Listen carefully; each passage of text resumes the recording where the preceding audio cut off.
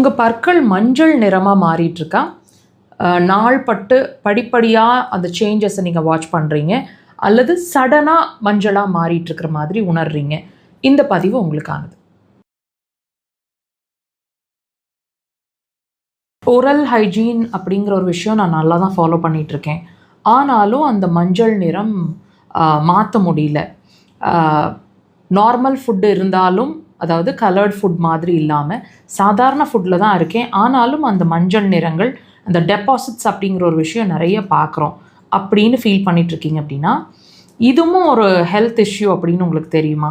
நாங்கள் பல பதிவுகளில் ஒவ்வொரு விஷயங்களையும் உங்களுக்கு புரியிற மாதிரி எக்ஸ்பிளைன் பண்ணிகிட்டே இருக்கிறோம்.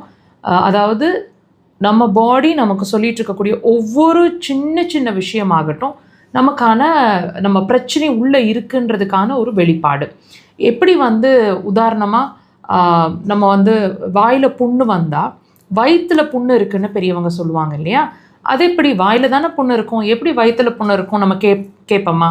டெஃபினட்டாக இல்லை. அல்சரேஷன்ஸ் அப்படிங்கிற ஒரு விஷயம் உள்ளுக்குள்ளே இருக்கிறதோட வெளிப்பாடு தான் நம்ம உதடலையோ தாடைகளையோ ஏற்படக்கூடிய புண்கள் இல்லையா? ஸோ அந்த வகையில் இந்த மஞ்சள் நிறம், அதாவது பல்ல ஏற்படக்கூடிய மஞ்சள் நிறம் அப்படிங்கிறது உங்களோட மண்ணீரல் சம்பந்தமான பிரச்சனை இருக்குது அல்லது வரப்போகுது அப்படின்றதுக்கான ஒரு அறிகுறி. வித்தியாசமாக இருக்குது இல்லைங்களா? இதுதாங்க உண்மை. உங்களோட stomach as well as spleen, இந்த ரெண்டு விஷயமும் பாதிக்க ஆரம்பிச்சிட்ருக்கு.